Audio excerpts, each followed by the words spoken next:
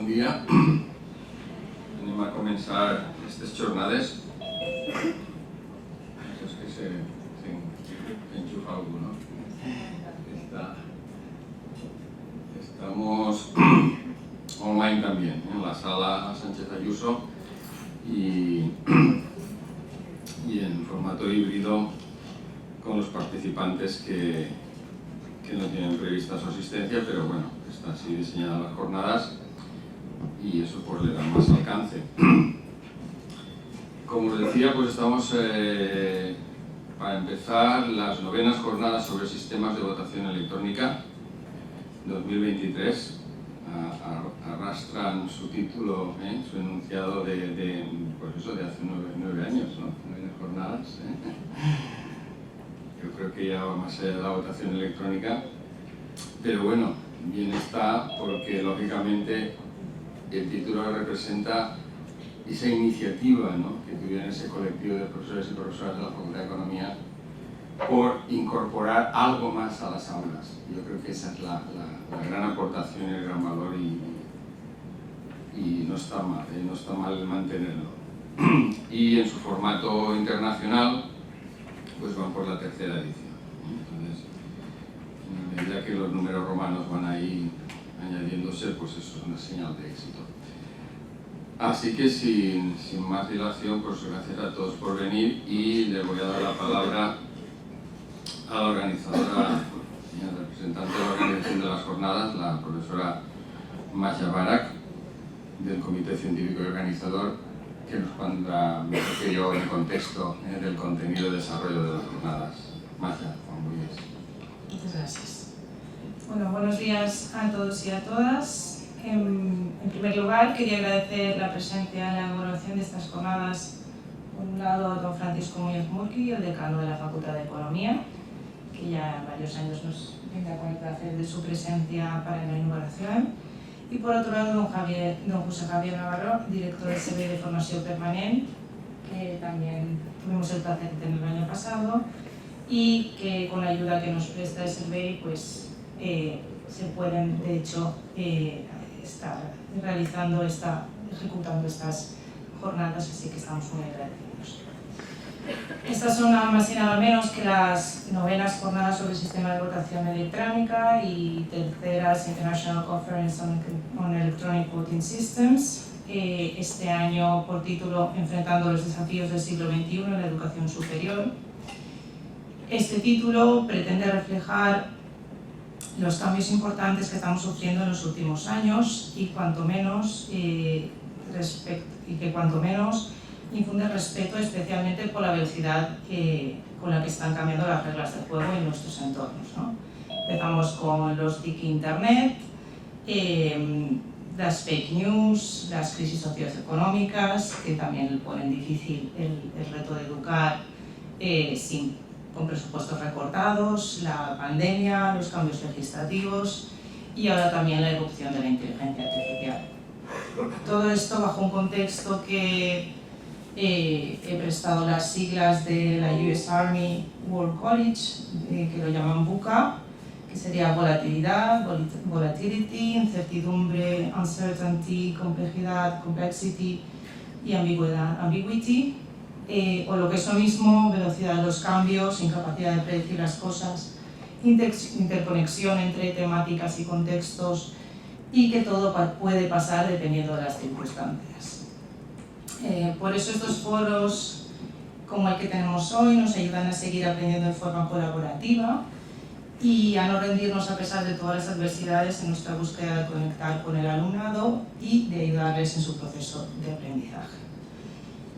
En segundo lugar, quisiera agradecer a todos los integrantes del proyecto de innovación, del comité científico, que este año contamos con profesorado mayoritariamente de esta universidad, pero también dentro de España de profesorado de educación secundaria, de universidades de Alicante, de Cardenal Herrera, Sevilla y Juan Carlos, o participación de universidades extranjeras como la de Colombia, México, Francia y Portugal.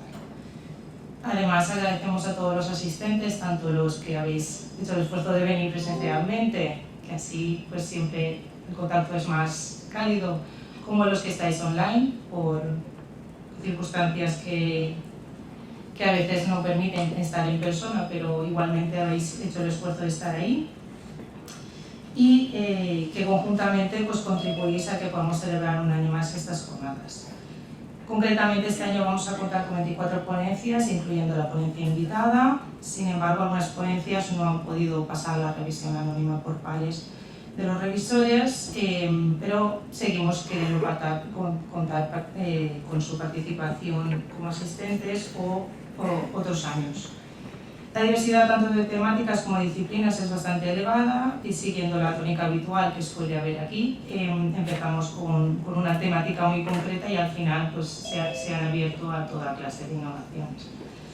Y esperamos que todos las encontréis interesantes y útiles, todos los consejos que nos van a dar los compañeros y compañeras, que van a exponer en turnos de 10 minutos y al final de cada sesión además dedicamos siempre unos 15 minutos a la discusión, que al final es lo que enriquece un poco más que podamos discutir, hacer preguntas y compartir, ¿vale? Muchas gracias a todos y todas, bienvenidos y bienvenidas a las jornadas y que nos resulten a todos muy productivas. Muchas gracias.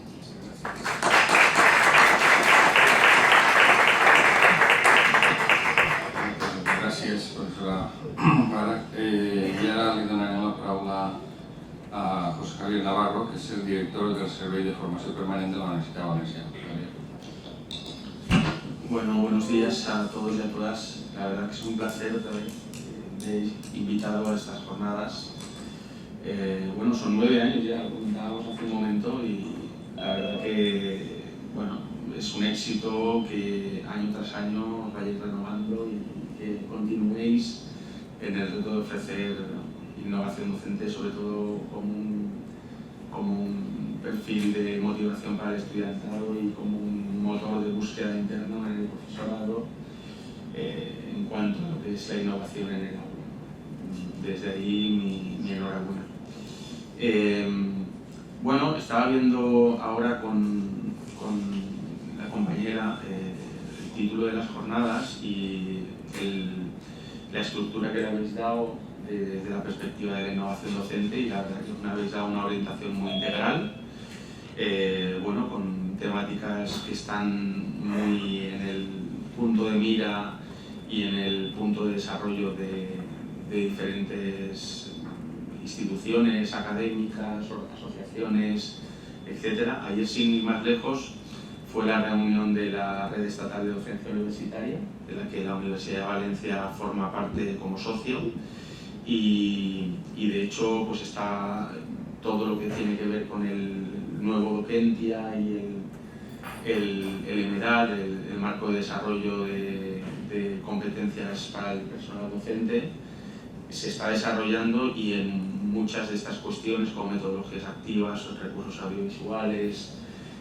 gamificación, evaluación de procesos de aprendizaje y realidad virtual y TICs educativas tienen mucho que decir, ¿no?, en la evaluación de la docencia en los próximos años, como vosotros decís aquí, en los retos del siglo XXI, ¿no?, los retos del siglo XXI. Entonces, en ese sentido, tanto REDU como las jornadas recientes que hubieron en Logroño de Prueti pusieron su punto de inflexión, como también lo fueron en Salamanca en octubre, en la inteligencia artificial como parte de una estrategia docente o como parte de unos recursos que se pueden instrumentalizar en la docencia, y que lógicamente no todo va a ser útil desde la perspectiva de las tecnologías, quiero decir, porque esto vamos a funcionar en unos años con ensayo-error, ¿no?, lo que ha pasado recientemente en Suecia, ¿no?, que de pasar todos los niños con todas las asignaturas con tablet a, bueno, al gobierno sueco plantearse que tal vez de las tablets no existe la misma reflexión que las pizarras clásicas, ¿no?, y entonces han decidido retirar para algunas asignaturas la tecnología, ¿no? La tecnología es positiva si se utiliza adecuadamente, pero puede ser retroactiva o contraproducente cuando no se usa de manera adecuada, ¿no? Y eso de introducir nuevas tecnologías por introducir nuevas tecnologías sin pensar sus efectos, sin pensar sus consecuencias, tanto en el profesorado como en el alumnado, pues yo creo que requiere una reflexión interna nuestra de los docentes, más allá de los recursos que posteriormente se quieran realizar para la evaluación de la docencia, a la que sabemos que todos vamos a estar exigidos en los próximos años. Dicho esto, bueno, quería daros algunas informaciones también que tenemos en el Servei de Formació Permanent. Sabéis que estamos actualmente con la convocatoria de proyectos de innovación educativa. Hemos recibido este año 350 propuestas, cada vez las propuestas crecen y con lo cual el hecho de crecer las propuestas nos enorgullece que el profesorado esté activado para solicitar proyectos de innovación educativa, pero al Servei de Formació Permanent pues se nos hace un poco más complicado, ¿no? Porque solamente tenemos 3 técnicos de innovación educativa. Y bueno, pues en septiembre me reunía con Amparo Fernández, que es la directora del ICE de la Universidad Politécnica de Valencia, mi homónima allí, y me decía, bueno, pero nosotros también tenemos muchos proyectos, la gente cada vez está más entusiasmada con presentar propuestas de innovación docente en el aula, pues bueno, aquí la convocatoria que hacemos es diferente, es cada 2 años. Entonces le pregunté, bueno, pues ¿qué número de proyectos tenéis? 60 proyectos cada 2 años. Claro, 60 proyectos cada 2 años te exige tener 120 evaluadores, pero con 350 proyectos cada año te exige tener 700 evaluadores. Con lo cual, y esto es una cuestión que quería agradeceros porque muchas y muchos de vosotros estáis evaluando proyectos en el marco de la convocatoria de innovación docente, y de verdad quería agradeceros porque incluso alguno de vosotros ha evaluado sus proyectos y se ha ofrecido para evaluar más proyectos ante la necesidad que tenemos de evaluar proyectos porque bueno, como os he dicho, 350 proyectos. La intención del Servei no es rechazar ninguno, es decir, a no ser que bueno, pues haya determinados criterios que exijan su rechazo, ¿no? Pero la línea del Servei de Formació Permanent e Innovació Educativa es aprobar todos los proyectos, aunque esos proyectos que soliciten presupuesto no se puedan financiar, pero que al menos una persona, cuando tiene que iniciar su proceso de acreditación, pueda beneficiarse de haber realizado un proyecto de innovación educativa. Sabemos que este año hemos incrementado el presupuesto a 200.000 euros, pero 200.000 euros para 350 proyectos de PDI y 18 proyectos TIC, pues calculad, sacad la cuenta lo que sale cada uno y veréis como que la prioridad está en establecer criterios de financiación. Entonces, en muchos años, yo desde aquí os pido disculpas porque habréis visto que hay proyectos que año tras año se han evaluado con una media de 7,5, 8 y se han quedado sin financiación, pero bueno, eso es debido a las cuestiones que os estoy planteando.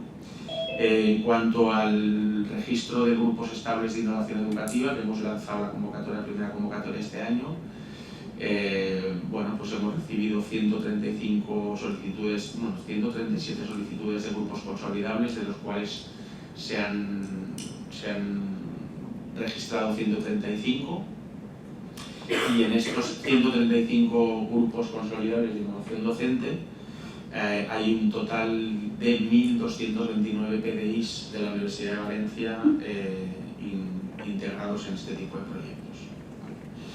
Quiero decir con estos datos pues que bueno, no vamos más allá de los números, es solo información, pero sí que me interesa que conozcáis un poco cuál es el volumen de trabajo y si alguna vez no podemos dar respuesta a vuestras necesidades de manera inmediata, pues considerad que no es una cuestión baladí el hecho de tener más o menos recursos.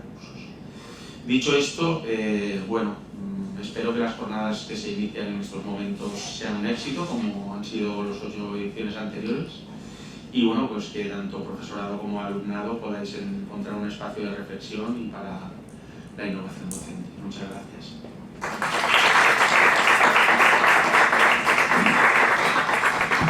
Muchas gracias, José Javier.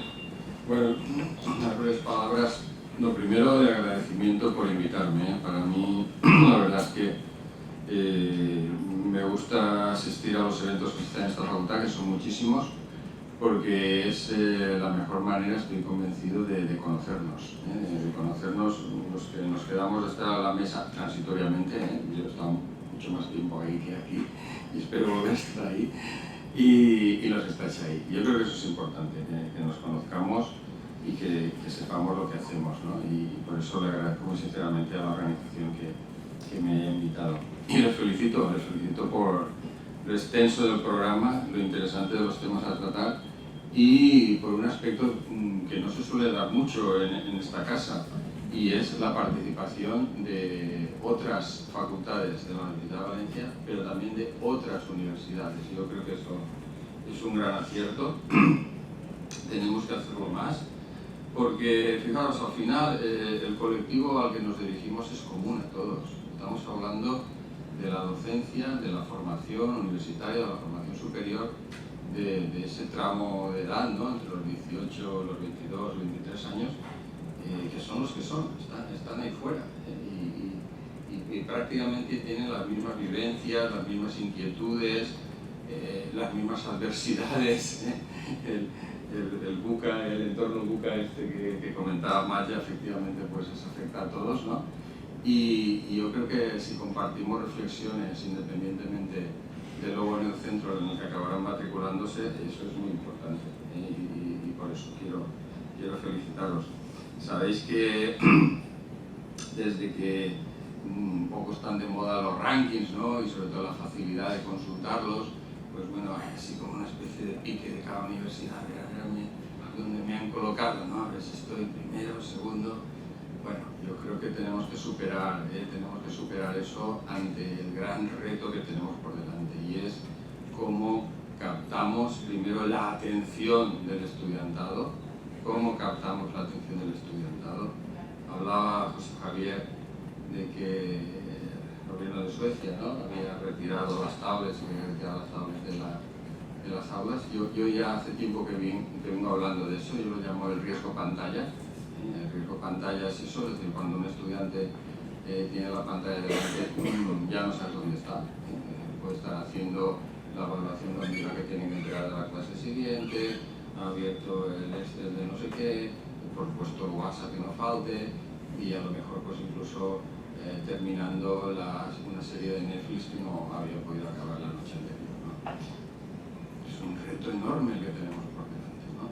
Y aquí hay herramientas que bueno, tienen que llegar al aula porque es la realidad. No digo que demos la espalda a la tecnología, a los avances de la tecnología, el ChatGPT tiene que llegar al aula, pero ¿cómo hacemos para que efectivamente se utilice en favor de la formación y no sea un elemento más de distracción? ¿Cómo hacemos? Yo creo que ese es el gran reto, ¿no? Por eso me ha alegrado mucho el ver esta amplia participación en cuanto a contenidos y ponentes de procedencia, como os digo, multidisciplinaria. En la LOSU, fijaros, en la LOSU, que sabéis que se ha aprobado recientemente la nueva ley orgánica del sistema universitario, se habla mucho de eso, ¿no?, de la interdisciplinariedad y de la multidisciplinariedad, incluso en la formación de los departamentos universitarios, ¿no? Eso es un poco, a mí y a mis colegas ya los tengo todos nerviosos, ¿no? Pero los departamentos, ¿cómo vamos a hacer? Porque mira, el departamento es una forma de organizarse administrativamente, lo importante es los contenidos docentes. Bueno, en fin, no quiero alargar mucho más. Como veis, pues estoy muy contento de estar aquí, poder compartir con vosotros este ratito y desearos pues, que las jornadas sean todo lo provechosas que prometen, ¿eh? Estoy seguro que sí. Así que muchísimas gracias, bienvenidos, estáis en vuestra casa y a trabajar.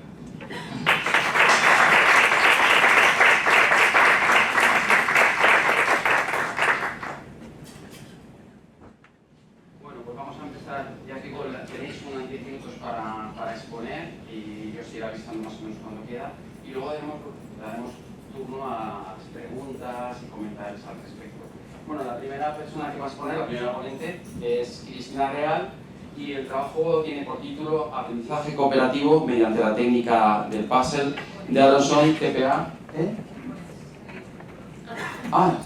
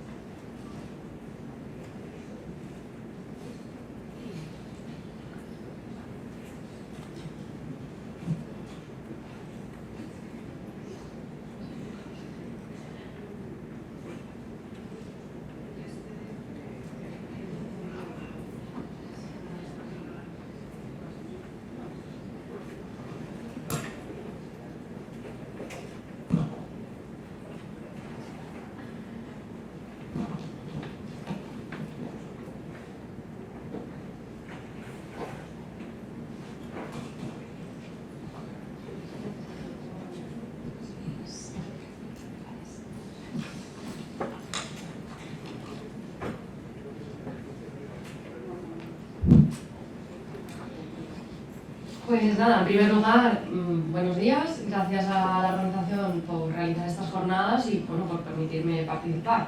Me presento, soy Cristina Real Margalef, soy ayudante doctor del Departamento de Prehistoria, Arqueología e Historia Antigua de la Universidad de Valencia y también pertenezco al grupo de innovación docente METAC. Y lo que voy a presentar, como veis ahí en el título, es una nueva actividad que hemos aplicado al máster en arqueología.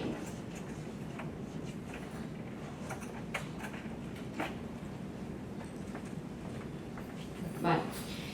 La primera cuestión es ¿qué necesitamos mejorar?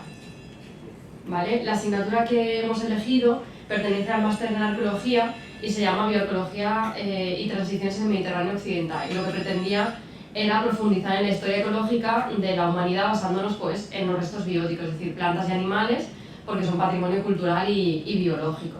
Esta asignatura tiene un grupo reducido, unos 15 alumnos, y la dedicación horaria también es reducida, como puedes ver, 6 horas.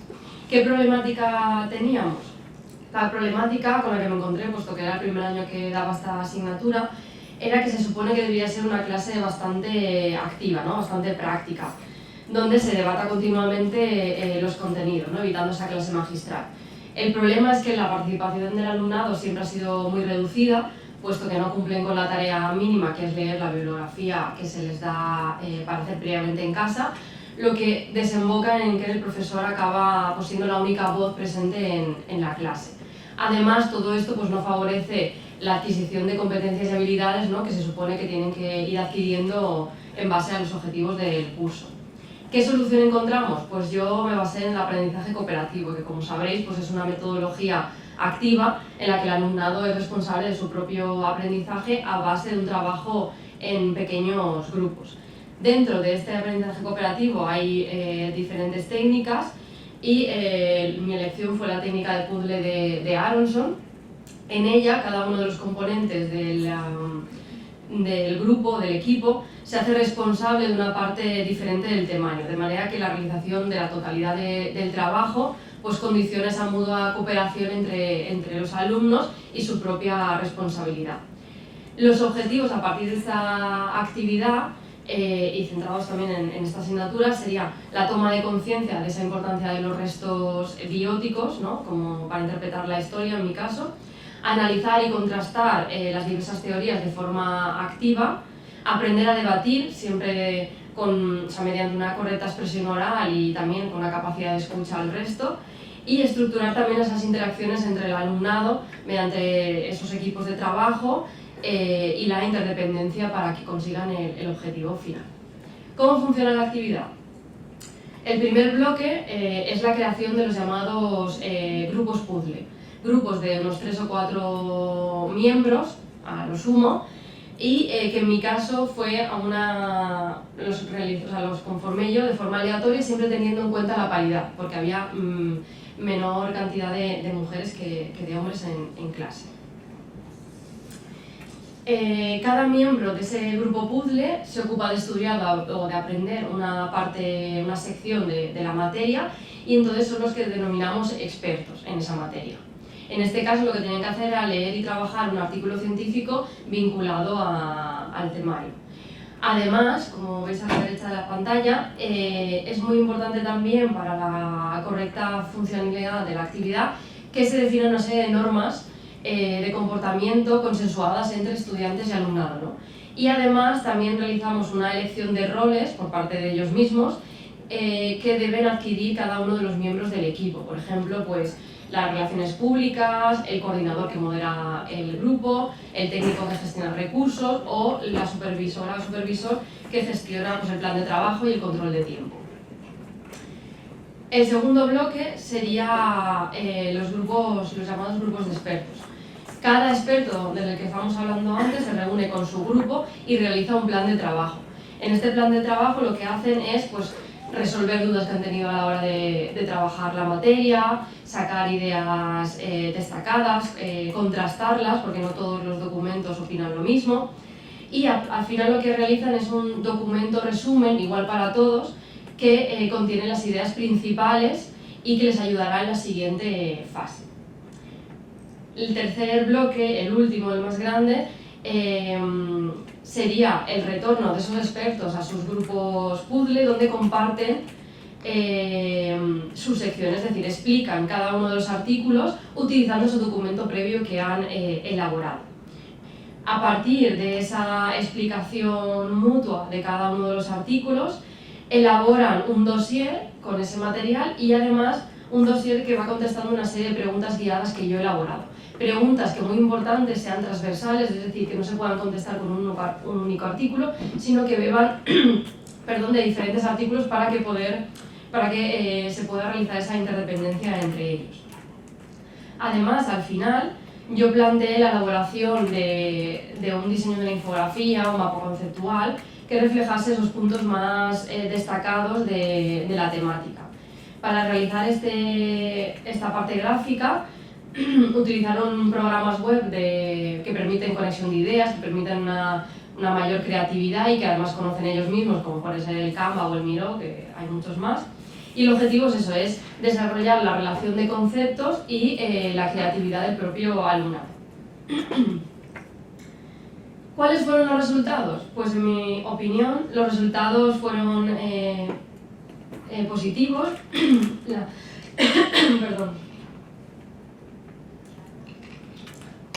La actividad se desarrolló sin incidencias y los estudiantes cumplieron con todas sus tareas. Además, fueron conscientes de esa necesidad de las lecturas previas en casa y la cumplieron, con lo cual yo ya con eso estoy bastante satisfecha. El trabajo en los grupos puzzle y en los grupos de expertos fue fluido, repartieron los roles, cumplieron las reglas, debatieron por turnos, respetando las opiniones. También contestaron las preguntas guiadas y el resultado dio a entender que habían comprendido de forma significativa cada uno de los artículos, aunque no los hayan leído personalmente, y los conceptos clave dentro de la temática que estábamos dando. La parte de la elaboración del documento gráfico pues muestra que cada grupo destaca diferentes puntos, lo cual también es de agradecer, ¿no? Que cada uno saque unas conclusiones y represente de forma gráfica, como podéis ver en pantalla, esas ideas utilizando recursos diversos, ¿no? Ahora bien, ¿qué opina el propio alumnado? En general también es bastante positiva la valoración que hemos obtenido y que hemos plasmado en diferentes gráficos a partir de las encuestas de satisfacción. El resultado es bueno en cuanto tanto al desarrollo de la actividad como al uso de las TIC. El 80% de ellos opinan que repetirían este tipo de actividades, así que continuaremos con la misma en los próximos años. Y en cuanto a preguntas más abiertas, como la que tenéis a la derecha, de aspectos a destacar o cambiar, pues la mitad de ellos les parece muy interesante ese trabajo en grupo, también la posibilidad de debatir los temas, de exponer resultados y opiniones ante el resto de compañeros. El 60% cree que ha aprendido mejor los conceptos a partir de este tipo de aprendizaje cooperativo más activo y en comparación con lo que habría aprendido con una clase magistral. Y la única cuestión general negativa, o bueno, a mejorar, que todos están de acuerdo, es el factor tiempo. Desearían tener más tiempo para poder realizar con calma cada uno de los bloques. Yo creo que se puede mejorar, pero en este caso pues, bueno, teníamos el hándicap de la reducida cantidad de horas de la asignatura. Por último ya, ¿los resultados han sido útiles? Pues yo creo que sí, por todo lo que hemos visto, tanto resultados como opiniones del alumnado. Es una actividad muy versátil que se puede aplicar a cualquier asignatura.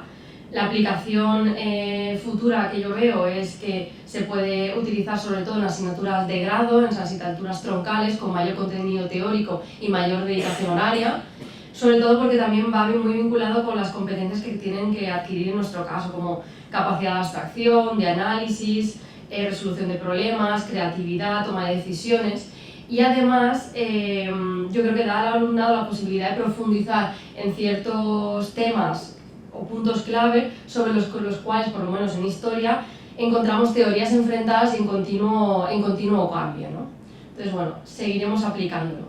Y por último, si me permitís, ya que tengo esta plataforma, quería mostraros que nosotros pertenecemos al grupo de innovación docente METAR y que en este mes también tenemos unas jornadas de innovación docente. La participación está cerrada, pero la asistencia sigue abierta, tanto presencial como online. Así que os invito, si os interesa, a participar. Muchas gracias.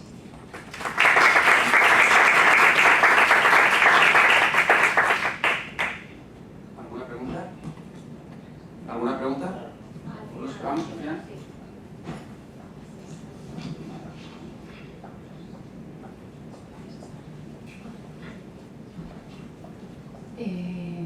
¿Sabes?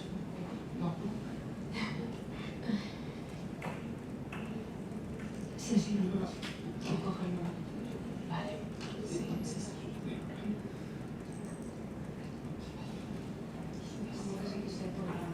¿Ampliar? Sí. Yo no sé, no tengo ni idea. Eso es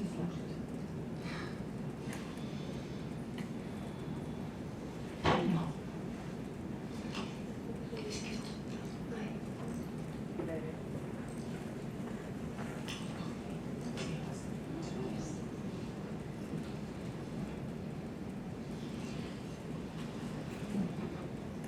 Buenos días a todos. Mi nombre es Susana Berrocal, soy docente en la Universidad Europea de Valencia en el grado de Criminología y en el grado de Derecho y coordinadora del grado de Criminología en la Europea. En primer lugar, quería dar las gracias a la organización y a la Universidad de Valencia, así como a la Facultad de Economía, por gestionar estas jornadas, porque desde luego es una plataforma maravillosa para que todos podamos ver cómo va discurriendo la innovación educativa en nuestro país. En mi caso, lo que les presento es una experiencia de simulación. Como les digo, yo imparto clases tanto en el grado de Derecho como en el grado de Criminología. Las materias de Derecho siempre tienen la fama de que son complejas o que son pesadas o que son muy farragosas, y bueno, lo que se ha pretendido en este caso es que los alumnos aprendan siendo, no solo tengan conocimientos, adquieran conocimientos en materia de derecho penitenciario, de penología, sino también que se sientan criminólogos y que de alguna manera puedan comprobar lo que se siente trabajando en la profesión que han elegido y que bueno, en breve entiendo que van a desarrollar. Ese es mi índice de trabajo. Bueno, el motivo del por qué realizar la simulación o buscar ese formato de simulación para traerlo al aula es porque la educación se entiende o debe de entenderse como una forma de evolución de la propia sociedad. Creo que estamos de alguna forma comprometidos con la sociedad y cómo evoluciona nuestra sociedad, y desde luego sí que ha ido cambiando la forma en que hemos ido aprendiendo. Yo recuerdo cuando hace 15 años hice la asignatura que hoy imparto, el profesor, que era un excelente docente, me enseñó muchos conocimientos, pero sí que es cierto que cuando tuve que poner en práctica esos conocimientos me faltaba ese saber, ese conocer, ese saber moverme en el entorno laboral. Yo creo que eso hoy lo subsanamos en la universidad. Creo que hoy los alumnos tienen muchas actividades prácticas que les permiten ser profesionales en el aula, como historiadores, como criminólogos, como juristas, cada uno en su campo. Esa es la importancia de la simulación, o esa es la importancia que yo le he querido dar a la simulación a la hora, o la justificación que le he querido dar a la simulación. Los objetivos generales, bueno, pues poner en marcha todas las habilidades que marca nuestra memoria de trabajo dentro de la asignatura de Penología de Derecho Penitenciario, y desde luego proporcionar a la sociedad profesionales implicados con su trabajo, que conozcan su trabajo, que tengan conocimientos pero también habilidades. Es muy importante tener habilidades. Los conocimientos los podemos aprender, pero las habilidades las debemos de adquirir. Y es muy necesario que sepamos cómo tenemos que conducirnos cuando vamos a trabajar con entornos multidisciplinares. No es lo mismo dirigirte a un psicólogo que a alguien que ha estudiado Derecho. Tenemos un lenguaje diferente, tenemos que llegar a un punto en común. Y eso lo aprendemos con las simulaciones. Yo entiendo que lo podemos ver con las simulaciones. La metodología basada en competencias y en el pilar entornos simulados del modelo académico de la Universidad Europea de Valencia, y los participantes, en mi caso 19 estudiantes. De ellos un hombre y 18 mujeres. Tenemos mayoría de mujeres en las aulas de criminología. Y bueno, en la asignatura, como les he dicho, es Penología de Derecho Penitenciario dentro del grado de Criminología, y la media de edad 21 años aproximadamente, son alumnos de tercero. Para medir la satisfacción del alumnado y ver qué les había parecido la actividad, utilizamos un cuestionario tipo Likert con una valoración del 1 al 10 y 15 ítems que les enseñaré a continuación. Ese es el cuestionario y lo que realmente importa en la simulación, ¿en qué consistió? Bueno, pues yo tengo la suerte de contar con distintos compañeros que trabajan en el Cuerpo Nacional de Policía y de la Guardia Civil, y entonces le propuse a uno de ellos que se hiciera pasar por un infractor, por alguien que había cometido un delito, alguien que no conocían mis alumnos en el aula, alguien que nunca habían visto y alguien que no sabían cómo se iba a comportar con ellos. Les expliqué a lo largo de todo el semestre, estuvimos trabajando los conceptos relacionados con el derecho penitenciario, cómo tratar con un interno, cómo comentar con el interno que tiene una situación que debe de solucionar, cómo decirle que debe someterse a un tratamiento penitenciario para poder reinsertarse, reeducarse, reinsertarse en la sociedad. Y dividía la clase en grupos de 4 alumnos. Esos alumnos se les entregó un supuesto. En unos casos era un agresor sexual que tenía como víctima a su hija y a una sobrina. En otros casos eran, por ejemplo, un señor que se había dedicado a explotar a menores en las calles, haciéndoles mendigar en las calles. Había 5 supuestos diferentes. Esos grupos resolvieron el supuesto, determinaron cuáles eran la condena que tenía esa persona según el tribunal sentenciador, cómo debían ejecutar esa condena en el centro penitenciario, en qué grado penitenciario debían estar y, por supuesto, qué tipo de tratamientos podrían ser efectivos para luego reeducarse y reinsertarse en la sociedad, resocializar al sujeto. Al fin y al cabo, la prisión no debe ser un sitio donde solo meto a la gente y la dejo allí y cierro la puerta. Debe ser un lugar donde se resocialice al sujeto, donde volvamos a tener o nos devuelva a la prisión sujetos que sean deseables para la sociedad. Eso es muy importante, es algo que no entendemos muchas veces.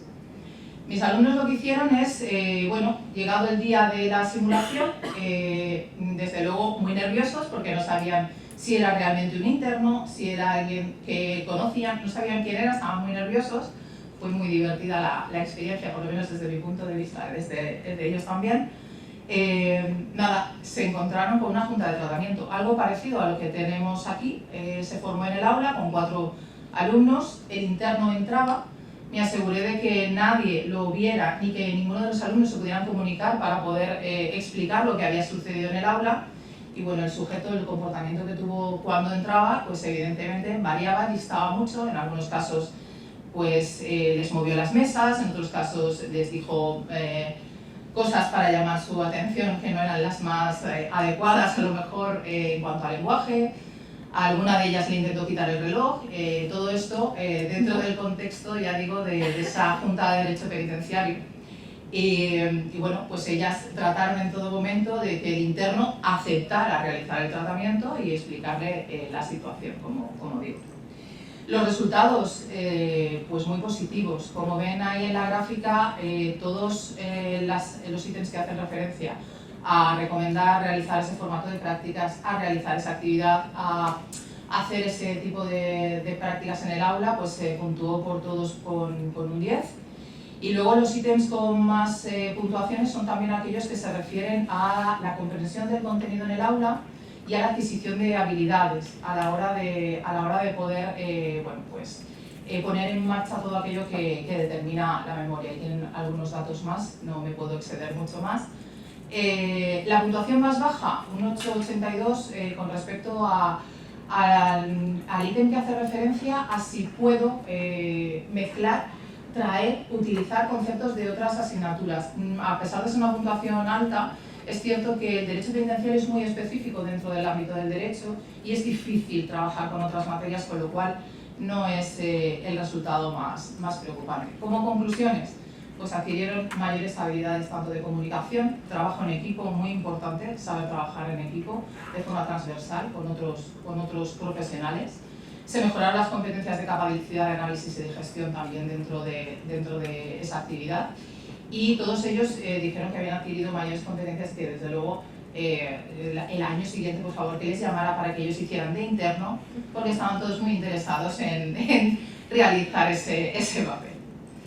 las referencias bibliográficas y por mi parte no tengo nada más, porque me ha gustado.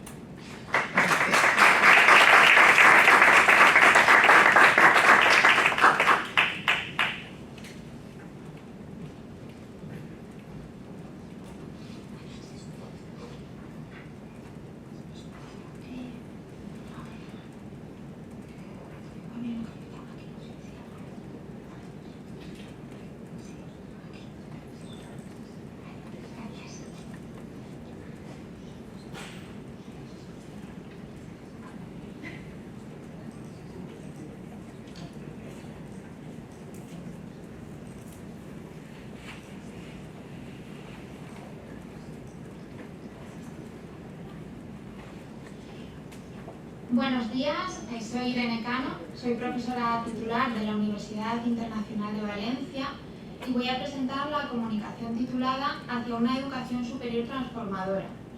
Uso de metodologías activas de aprendizaje para fomentar la adquisición de competencias de intervención neuropsicológica.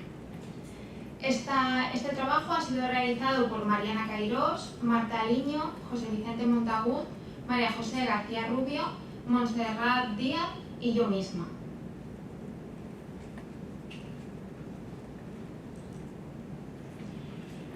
En la actualidad, tanto la revolución digital como el modelo de educación propuesto por el entorno europeo de educación superior han supuesto una brecha en el modelo educativo tradicional, de manera que es necesaria una transformación educativa que se ajuste más al concepto actual de aprendizaje, a las características que tiene el alumnado actual y también que favorezca una interacción más dinámica entre el profesorado y el alumnado.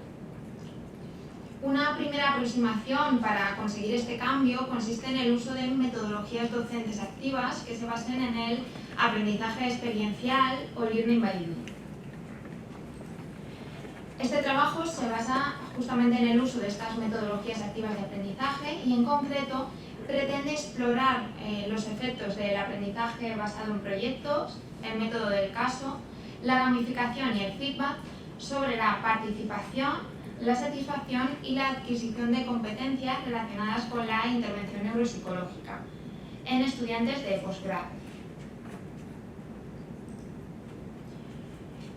Para ello, la innovación educativa se implementó en la asignatura de métodos de intervención en trastornos del neurodesarrollo del Máster Universitario en Neuropsicología Clínica de la Universidad Internacional de Valencia. Se trata de una asignatura obligatoria de segundo semestre que tiene una carga lectiva de 3 créditos ECTS y se imparte en modalidad online mediante sesiones síncronas. En el estudio participaron 428 estudiantes que se dividieron en 2 grupos. Un grupo recibió la innovación educativa y estuvo compuesto por 277 estudiantes que pertenecían a 3 subgrupos de la asignatura, A, B y C. Mientras que el grupo control estuvo compuesto por 151 estudiantes que pertenecían a 2 subgrupos de la asignatura de la edición anterior. Este grupo tenía exactamente los mismos contenidos, planificación y sistema de evaluación que el grupo de innovación educativa, pero no recibió la innovación. Como estrategias de innovación educativa se aplicaron el aprendizaje basado en proyectos y el método del caso. En concreto, hicimos grupos de un máximo de 5 estudiantes y se les asignó un caso clínico concreto centrado en un trastorno del neurodesarrollo concreto. Y teniendo en cuenta ese caso clínico, debían realizar 2 actividades. La primera, que denominamos actividad guiada, consistía en solicitarles que grabaran una píldora de psicoeducación, de manera que fuera como una psicoeducación real, como una fase de la intervención neuropsicológica en la que el profesional o la profesional explica al entorno familiar o educativo del paciente cuál es el cuadro clínico del paciente y qué pautas o qué estrategias puede seguir en su entorno. Y por otra parte, también realizaron una actividad de casos en la que, utilizando ese caso clínico, debían diseñar un plan de intervención neuropsicológica. Para ello, el profesorado les aportaba una guía de los contenidos que debía tener ese plan de intervención. La asignación de los grupos a cada caso clínico y cada trastorno de neurodesarrollo concreto se realizó mediante una estrategia de gamificación. En concreto, realizamos un juego en clase que consistía en que un representante de cada grupo tenía que girar una ruleta y al azar aparecía un trastorno de neurodesarrollo y se le otorgaba o se le asignaba ese caso clínico. Este juego, aunque era muy sencillo e implicaba muy poco tiempo, motivó muchísimo al alumnado y estaban súper ilusionados e ilusionadas con qué temática les iba a tocar o si les había tocado o no la temática que querían. Además, se utilizó un panel Padlet en el que cada grupo iba registrando sus avances en las actividades e incluso iban indicando qué bibliografía estaban utilizando para realizar la actividad, de manera que tanto el alumnado como el profesorado podían revisar este panel y podían ir revisando los avances. También se aportó feedback durante toda la asignatura y se les dio la oportunidad de exponer sus avances en las actividades en una sesión síncrona, en la que el profesorado les daba feedback específico. A los y las estudiantes que no pudieron asistir a clase se les dio 24 horas para exponer estos avances en el trabajo por correo electrónico y recibir el feedback correspondiente. Como indicadores para evaluar la innovación educativa se utilizó un indicador de participación que consistió en calcular la media de asistentes a clase por subgrupos y analizar si había diferencias entre el grupo experimental o de innovación educativa y el grupo control. Se utilizó un indicador académico que consistió en administrar un cuestionario de adquisición de competencias y un indicador de satisfacción mediante un cuestionario de satisfacción. Respecto a la participación, encontramos una tendencia de manera que el grupo de innovación educativa tendía a asistir más a clase de manera síncrona que el grupo control, aunque las diferencias no alcanzaron la significación estadística. En cuanto a la adquisición de competencias, el cuestionario de competencias únicamente pudo ser administrado al grupo de innovación educativa, por lo que lamentablemente no podemos comparar los resultados entre los grupos. No obstante, a modo descriptivo podemos ver que en el grupo de innovación educativa la media de adquisición de competencias fue de 4/5 y en concreto el alumnado estaba bastante de acuerdo en que había adquirido competencias de manera que era capaz de realizar una sesión de psicoeducación, diseñar un cronograma de intervención neuropsicológica para cumplir con los objetivos, detectar puntos fuertes y débiles de un caso clínico y redactar los objetivos de la intervención, conocer los principios deontológicos, distinguir cuadros neuropsicológicos de la edad pediátrica y reconocer las funciones neurocognitivas. A nivel de satisfacción, encontramos diferencias significativas entre el grupo de innovación educativa y el grupo control, de manera que el grupo de innovación tenía más satisfacción general y también más satisfacción con la claridad de la organización de la asignatura, con los contenidos, a pesar de que eran los mismos en ambos grupos, con la metodología de las actividades, el material de las actividades, el sistema de evaluación y de manera relevante destacar que había diferencias también en el impacto que ellos consideraban que tenía la asignatura en la realidad profesional. También se les pidió que otorgaran una calificación a su experiencia docente y encontramos diferencias significativas, de manera que el grupo de innovación educativa otorgó una mayor calificación a la asignatura que el grupo control. Como conclusión, decir que las estrategias de innovación educativa utilizadas muestran resultados positivos en la participación, adquisición de competencias y satisfacción del alumnado, lo que sugiere que el uso de metodologías activas de aprendizaje puede favorecer este cambio en el paradigma educativo que es tan necesario en la actualidad. Muchas gracias por su atención y agradecer también, por supuesto, al comité organizador de las jornadas por darme la oportunidad de exponer este trabajo.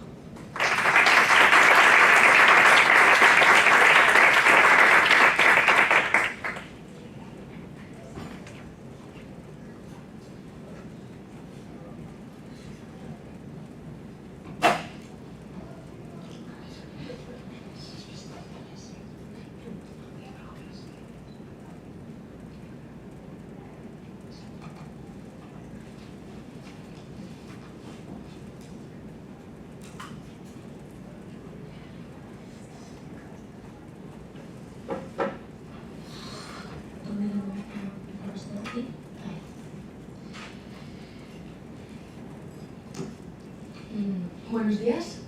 Soy Joven Latifine y vengo en representación de mi grupo. Somos de tercero de óptica y optometría y nos gustaría agradecer al comité por darnos esta oportunidad de presentar en este congreso. Y nuestro trabajo va a consistir en la evaluación de una aplicación de simulación de dicromacias como herramienta de aprendizaje para estudiantes en optometría. De acuerdo. Los estudios de grado y máster en optometría requieren conocimientos sobre los defectos de la visión del color, además de esta forma poder entenderlos y modelizarlos. Además, ya que los optometristas deben detectar, clasificar y graduar pacientes en su práctica profesional. Para apoyar las explicaciones teóricas, podemos utilizar modelos matemáticos para simular para simular la visión de este tipo de pacientes. Podemos utilizar visión estándar, utilizando lo que es un anumanoscopio, un test de ordenación o láminas pseudo-isocromáticas o lo que es una visión de escenas naturales. Pero este tipo de modelos tienen una complicación que es la que se necesita instalar y descargar un software específico para cada uno de los tests. Y esto supone a nivel docente un mayor reto o dificultad para las aulas. Por tanto, hemos optado por una opción más sencilla o más amena para los estudiantes de nuestro grado, que sería el uso de filtros físicos con tan sencillamente papel celofán coloreado o filtros digitales, que podría ser una aplicación que se puede descargar en el móvil y tener a mano. Y gracias a estas aplicaciones podemos simular el comportamiento anómalo con los test reales de laboratorio y además hay que añadir que es una herramienta sencilla, la cual puedes darle un buen uso y nos permite conocer de forma práctica este tipo de anomalías, ya que muchas veces en clases no disponemos de este tipo de personas las cuales tienen una anomalía de tipo Protan, Tritan o Deutan. Hay que tener en cuenta que los filtros digitales pueden ser diferentes porque se usa cada estudiante utilizaba su propio móvil, entonces cada móvil tenía un sensor diferente de cámara, aparte de características de la pantalla del móvil. El objetivo de nuestro trabajo ha sido evaluar las prestaciones del filtro digital CV Simulator como herramienta para simular déficit de visión del color en prácticas de laboratorios en el grado de óptica y optometría. La metodología que hemos seguido ha sido el uso de dos tests. El test de ordenación de 15, que es el que sale en la primera imagen, es el que está arriba de los colores, además de un test de detección de umbrales, que es el que está abajo. Y en este experimento han participado 15 sujetos, los cuales tenían que mirar a través del móvil, el cual simulaba una enfermedad, bueno, una anomalía, y evaluaban de qué color, dónde veían la apertura del dibujo de abajo. Hay que tener en cuenta un pequeño detalle, que es el ángulo que subtiende la mirada del paciente con el trípode donde estaba colocado el móvil. Tenía que ser siempre el mismo, o sea, constante para todas las medidas. Aquí tenemos los juicios de los 3 clínicos para los diferentes filtros digitales evaluados mediante el test del D15, en el cual podemos observar que para el resultado de la anomalía Tritan obtenemos unos resultados bastante buenos, en el caso del Deutan también se obtienen unos resultados razonablemente buenos, pero en el caso del Protan podemos observar que hay una cierta confusión entre Protan y Deutan, en el cual algunas de las respuestas que deberían ser Protan se tienden a decir que son Deutanes.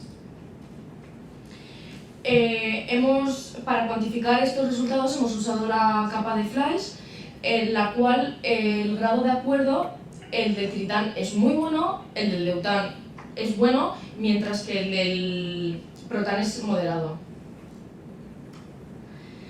Vale. El segundo juicio que hacen los 3 clínicos es para los diferentes filtros digitales evaluados mediante el programa MOOC, donde podemos observar que el Tritan sigue teniendo unos buenos resultados. En cambio, el Deutan se nota que hay una ligera tendencia al error, diciendo que es Protan, mientras que el Protan empeora notablemente. Y otra vez, para poder cuantificar estos valores, utilizamos lo que es la capa de Fleiss, en el cual en grado de acuerdo se puede observar que el tritán sigue siendo bastante bueno, mientras que el deután ha bajado a la categoría de moderado y el protán también está moderadamente bajo en respecto a las primeras gráficas. A la hora de realizar este trabajo hemos tenido algunas limitaciones, las cuales han sido que no se ha tenido en cuenta que las muestras son relacionadas, ya que un mismo paciente mide como protán, deután y tritán. Además de que la iluminación ambiente debería ser mesópica. Esto quiere decir que tendría que haber oscuridad total en la sala, pero no se ha podido lograr esta condición por las medidas COVID. El brillo en cada móvil era diferente, pero hemos intentado reducir este problema reduciendo el brillo a la mitad. Y para poder concluir, podemos afirmar que es posible simular anomalías cromáticas de tipo protán, deután y tritán para finalidades docentes con la aplicación de CV Simulator. Que vuelvo a recalcar el hecho de que en clase no optamos con personas que tengan este tipo de anomalías, entonces poder verlas desde primer plano refuerza las bases teóricas que obtenemos en nuestras clases.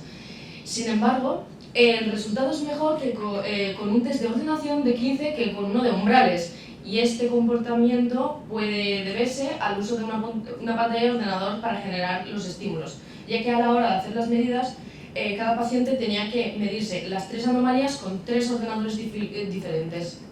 Entonces esas discrepancias podían darse por la pantalla del ordenador, ya que los ordenadores eran diferentes para cada una de las medidas. Y agradecimientos para nuestros compañeros que han apoyado nuestro trabajo, además de los pacientes que son voluntarios, y muchas gracias a todos por escucharnos.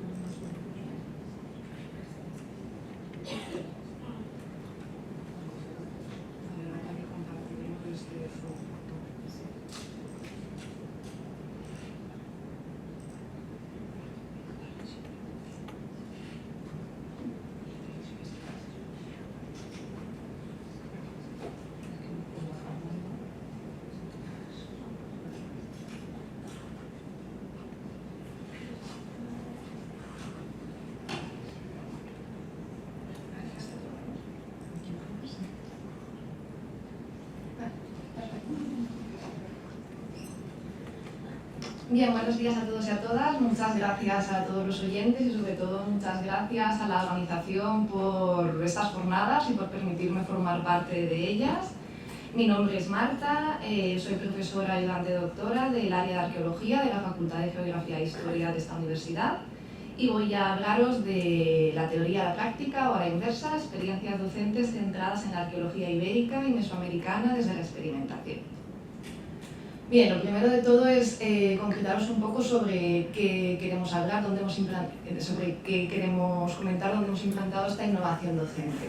En este caso se trata de un curso específico de educación continua, que los cursos de educación continua en las universidades mexicanas, concretamente la Universidad Autónoma de San Luis Potosí, donde tuvo lugar esta actividad, son cursos pensados para complementar la formación del estudiantado. Son cursos que ofrece el profesorado de las universidades o especialistas competentes en la temática que lo que pretenden es dar píldoras formativas concretas sobre su formación. En este caso, en el curso de 2016, después se repetiría también en 2018 debido a los buenos resultados, realizamos este seminario, mi compañero Gilberto Pérez Roldán y yo misma, sobre la industria sobre hueso, asta, cuerno y diente marfil en la arqueología ibérica y mesoamericana. Ya veis que es algo bastante concreto dentro de su formación y que el objetivo principal era que el estudiantado, después de realizar estos cursos, fueran capaces de analizar y comparar las metodologías de estudio de este tipo de objetos elaborados en materias duras de origen animal, tanto para el área mesoamericana como para el área peninsular ibérica. Además, tenían que comprender qué información aportan estos materiales para conocer las culturas del pasado.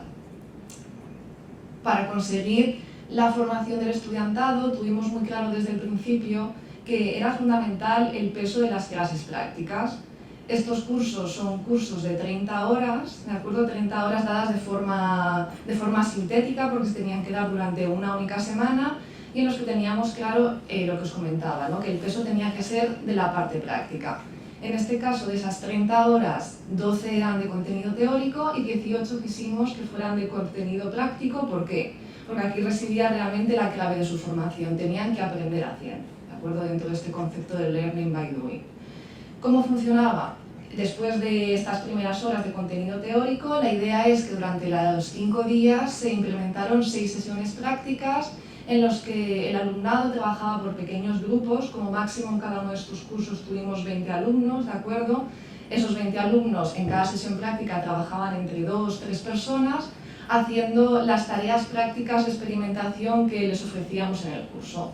Estas tareas prácticas pasaban por todos los grados que tenían que conocer como especialistas, como investigadores en la temática tratada, en entender cómo se estudiaban estos objetos fabricados en materias duras animales, pero no solo como arqueólogos, queríamos que también se acercasen a ellos como artesanos y como artesanas. ¿Por qué? Porque al acercarse a estos objetos como artesanos o artesanas entendían mucho mejor la información cultural que subyace detrás de estos objetos y que nos permite hablar de esas culturas del pasado.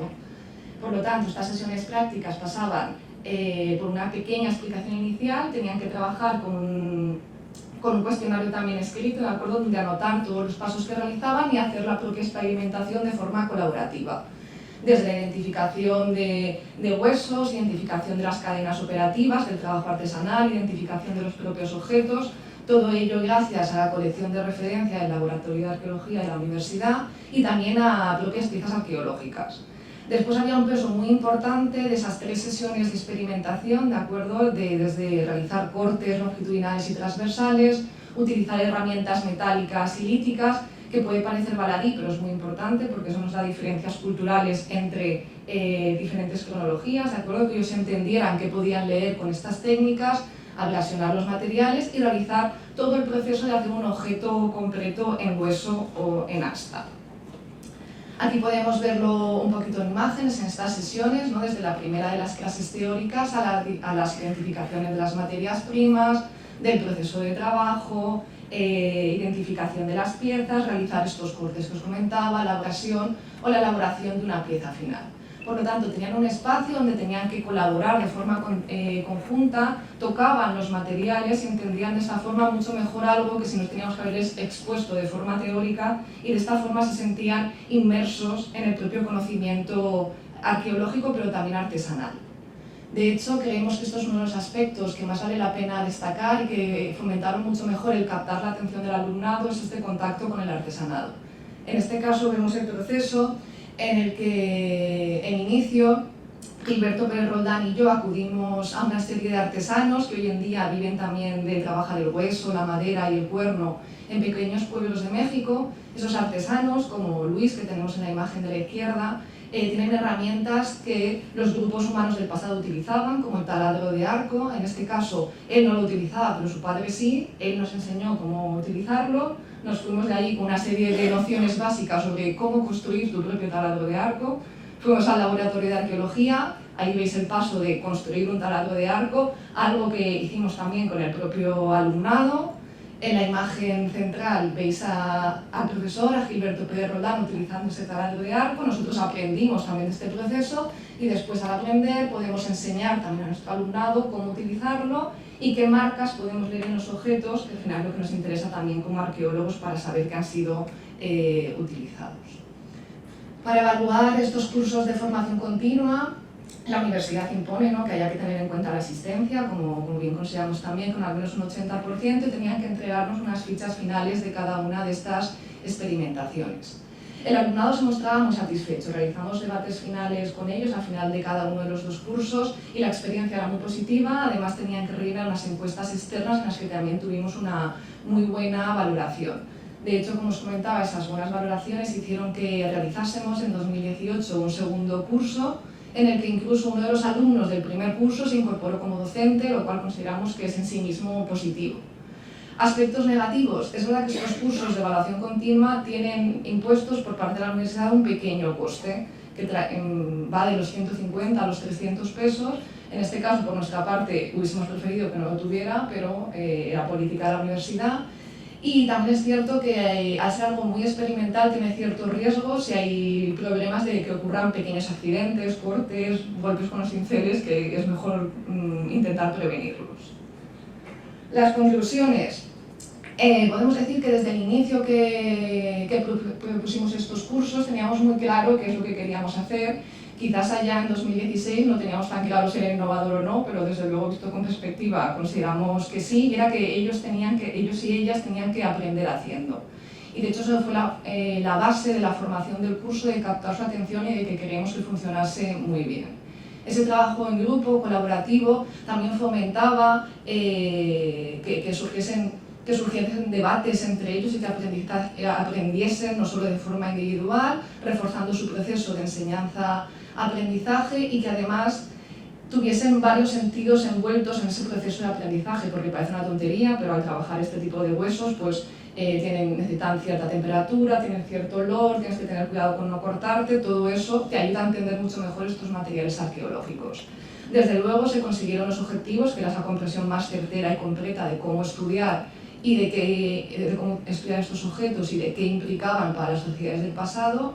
Además conectamos diferentes universos culturales, ¿no?, como son los contextos mesoamericanos y peninsulares, y de hecho es una de las mejores experiencias docentes que yo he tenido y que Gilberto también, y la intención es realizar pronto una 3ª edición que esperamos que pueda llevarse a cabo pronto. Y sin más, aquí los asistentes a los cursos y muchas gracias por vuestra atención.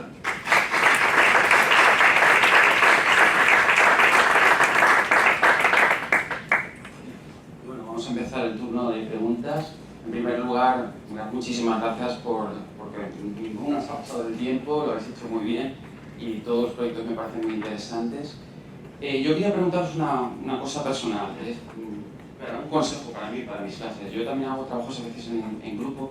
¿Cómo controláis, por ejemplo, si es el trabajo en grupo, que haya lo que llamamos jinete libre, alguien que hace el trabajo y el resto no hace tanto? ¿Tenéis alguna forma de control?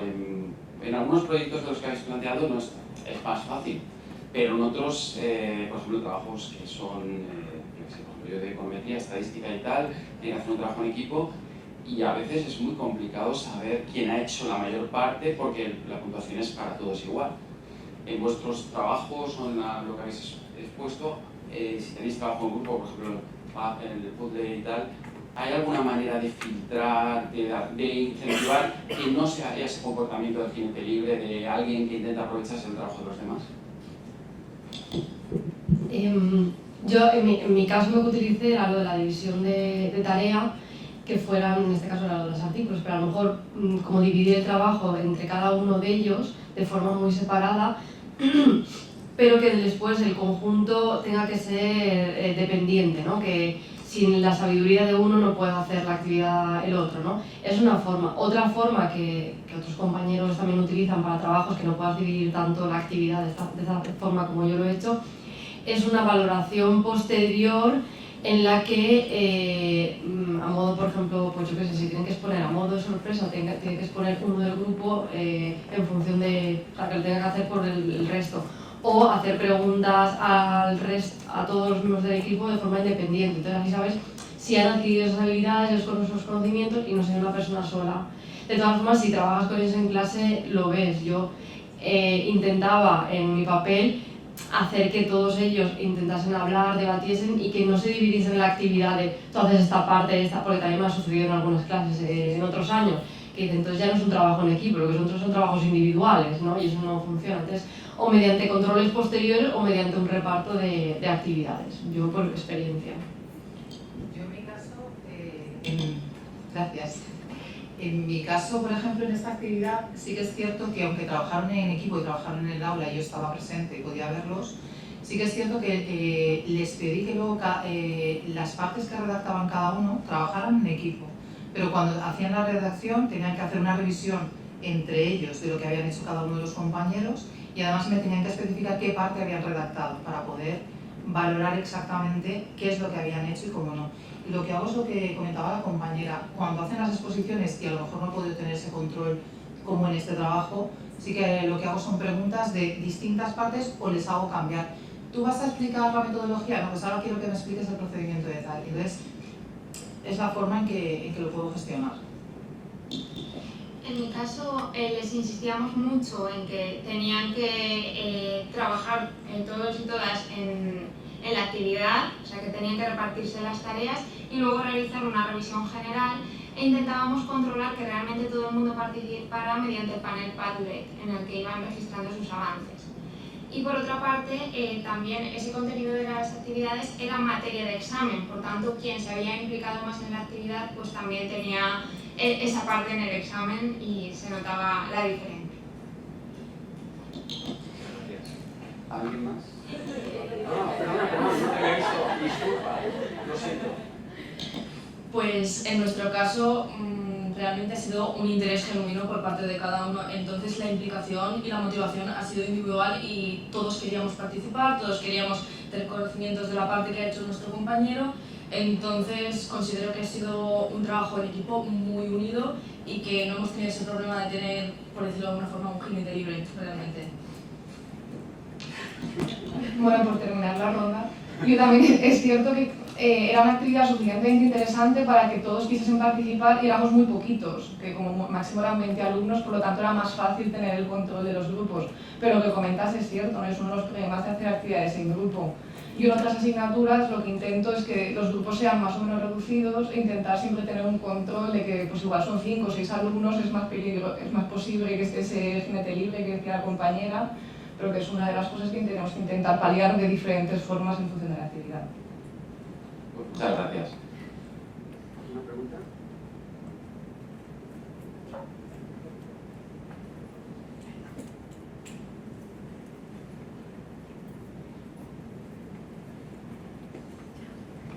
Bueno, muchas gracias. Me han gustado mucho las charlas.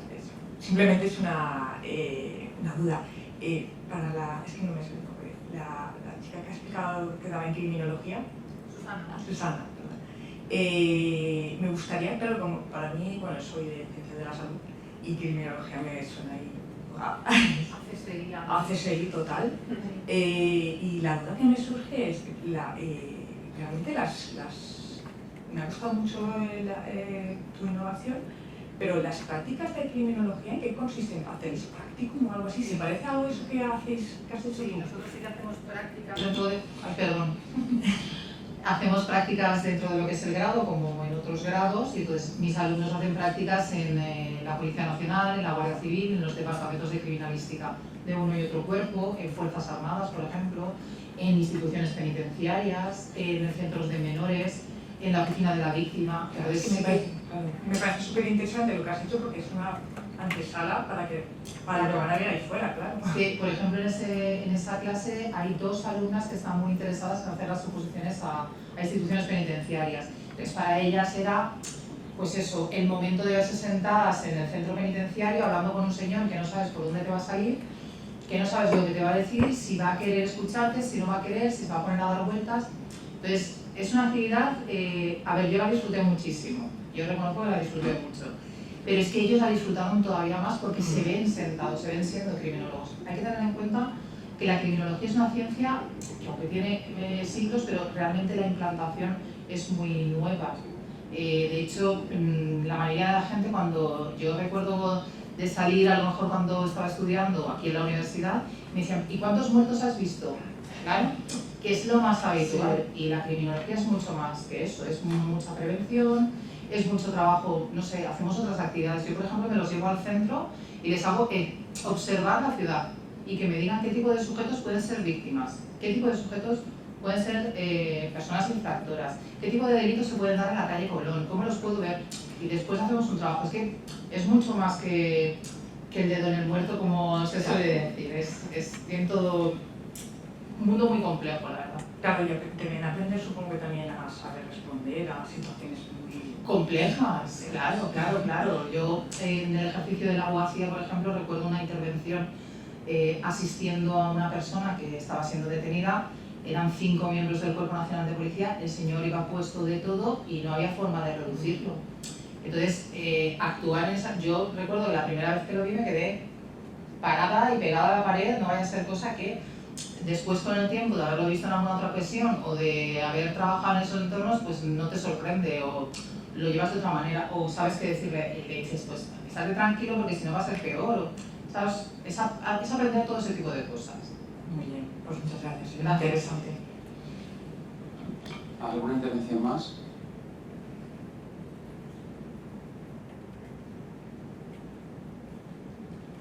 Hola, ¿yo? Espera, ¿qué he hecho? Vale.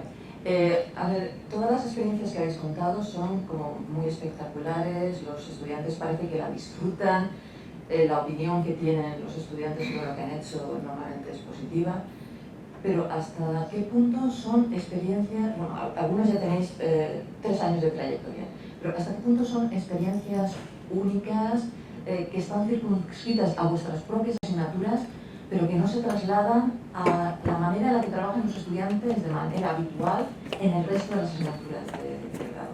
¿Tiene una trascendencia que afecta a el resto del plan de estudios o es una experiencia que es puntual y ya está?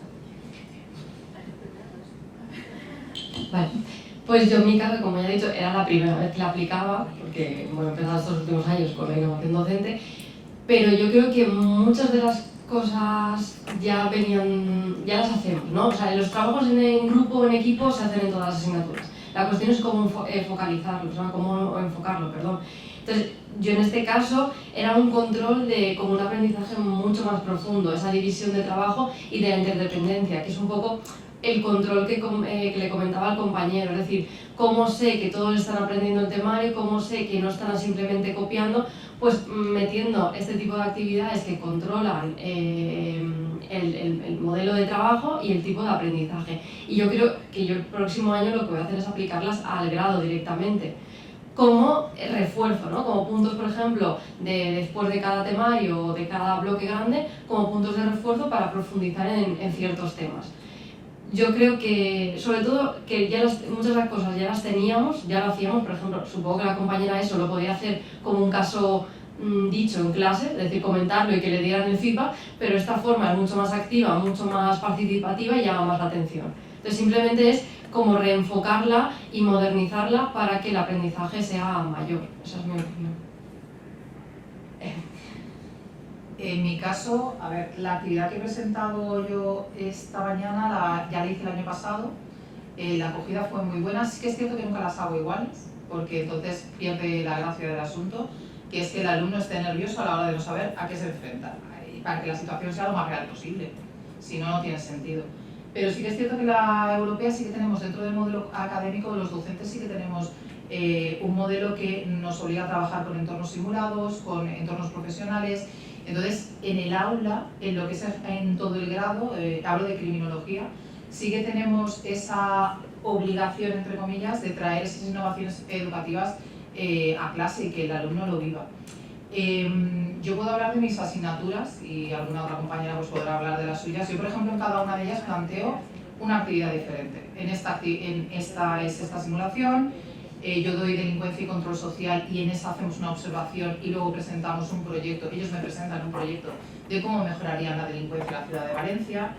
En habilidades de intervención en materia de delincuencia hacen un reto, hacen un programa de tratamiento, normalmente enfocado a menores, cómo reeducar a menores que se encuentran en riesgo de exclusión, que han delinquido, que se encuentran en un centro de menores. Todo con el objetivo de aunar todos los conocimientos que van adquiriendo a lo largo del grado y que los puedan trabajar de forma lo más práctica posible. Yo, no sé, las compañeras son mucho más jóvenes que yo y yo recuerdo estar en la facultad y desde luego yo aprendía mucho porque tenía mucho interés, porque los profesores eran muy buenos, pero era todo conocimiento teórico. Y cuento una cosa que he contado 1000 veces y le he contado a mis alumnos. Yo cuando terminé Derecho, estuve en un juzgado de primera instancia de instrucción y llegué, y el letrado de la Administración de Justicia, que hoy es esa figura en el 13 en Valencia, me dijo, ponte en COAR. Y le dije, ¿en qué? Y me dijo, que vienes de la facultad directamente. Es tramitar expedientes. Entonces, a mis alumnos eso no quiero que les pase. Entonces, trabajamos esos formatos de actividades que son más prácticas, que permiten al alumno tocar su profesión, de saber lo que van a hacer. En mi caso, el proyecto de innovación que hemos realizado forma parte de un curso centrado en el modelo académico de la Universidad Internacional de Valencia, en el que se intenta introducir estas metodologías activas de aprendizaje. Y en concreto, dentro del máster universitario en neuropsicología clínica, que es donde hemos implementado este proyecto, todas las asignaturas cuentan con una actividad de casos. Lo que hemos hecho es mejorarla y añadir aspectos pues, de gamificación, como por ejemplo la ruleta, el Padlet, para hacer el seguimiento, e intentar que esos casos estén más cerca de la realidad profesional. Además, en el máster tenemos algunas asignaturas que se evalúan. La prueba final es un trabajo final en lugar de un examen, para intentar también asegurar esta adquisición de competencias, sobre todo en las asignaturas de evaluación e intervención neuropsicológica. Gracias. De acuerdo. A ver, en nuestro caso, el uso de esta aplicación comenzó el año pasado, pero en algunas prácticas de forma esporádica y solo para tener una idea general de la simulación de lo que es estas anomalías. Y al poder nosotros, nuestro grupo en sí, comprobar la fiabilidad de la aplicación, se ha podido implementar en las prácticas de otros años esta aplicación en sí. Entonces ya no es solo algo exclusivo nuestro, sino que puede ser un refuerzo para lo que es nuestro grado, y la verdad es que estamos bastante orgullosos del hecho de poder colaborar en el plan docente, o más bien en nuestras prácticas, y creo que eso es lo más importante para nosotros en este aspecto. Muchas gracias. Y yo muy brevemente, como esta actividad es un curso de formación específica, es diferente de educación continua, ¿no? que sí que se ha demostrado que tiene éxito, pero que no está así implantado dentro de las propias clases del grado. Que lo ideal sería buscar el modo de implantarlo también en las clases del grado, claro. Esta es la trampa, ¿no? Es bonito cuando es un curso específico incorporarlo al grado. Es verdad que en el caso de la Universidad de Valencia, como ahora mismo no contamos con un grado específico de arqueología, hace mucho más difícil implantarlo. Pero la idea en el futuro podría ser, si tenemos el grado, intentar incorporarlo, más cuando dependería un poco de mí y de mi compañera Cristina, y las dos estamos en arqueología e innovación docente, podría ser fácil llevarlo a cabo. De acuerdo. Gracias a todas. Trasladar simplemente desde el chat las felicitaciones a cada una de vuestras ponencias, y simplemente una pregunta para la última, que el hecho de, tras haber realizado una experiencia durante cursos sucesivos y tal, si hay alguna modificación interesante a realizar, o si la experiencia ha sido enriquecedora y mantendría exactamente el mismo formato. Vale, gracias. La verdad es que la experiencia ha sido muy enriquecedora, entonces lo dejaríamos más o menos igual o casi igual, pero es verdad que del curso primero al curso segundo ha habido ciertas modificaciones, entre ellas la incorporación de ese nuevo docente que antes era alumno, y también algo que yo les decía a los alumnos y que es cierto y creo que me volvería a pasar, que yo no era la misma docente cuando di el primer curso que el segundo, porque sabía muchas más cosas. Imagino que si vuelvo a dar el tercer curso sabría más cosas, espero que eso ocurriese, ¿no? Entonces sería incorporar toda esa formación de más para intentar que el alumnado también la tuviera, yo y mi compañero Gilberto, por supuesto. Gracias. ¿Alguna intervención más?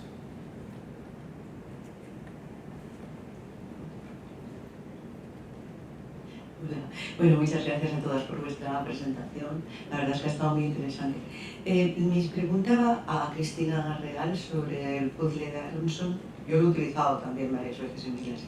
Y la pregunta concreta que quería hacerte era, ¿en tu caso fue una actividad voluntaria o fue para todos los alumnos de la clase? ¿En el horario de clase o en horario extra?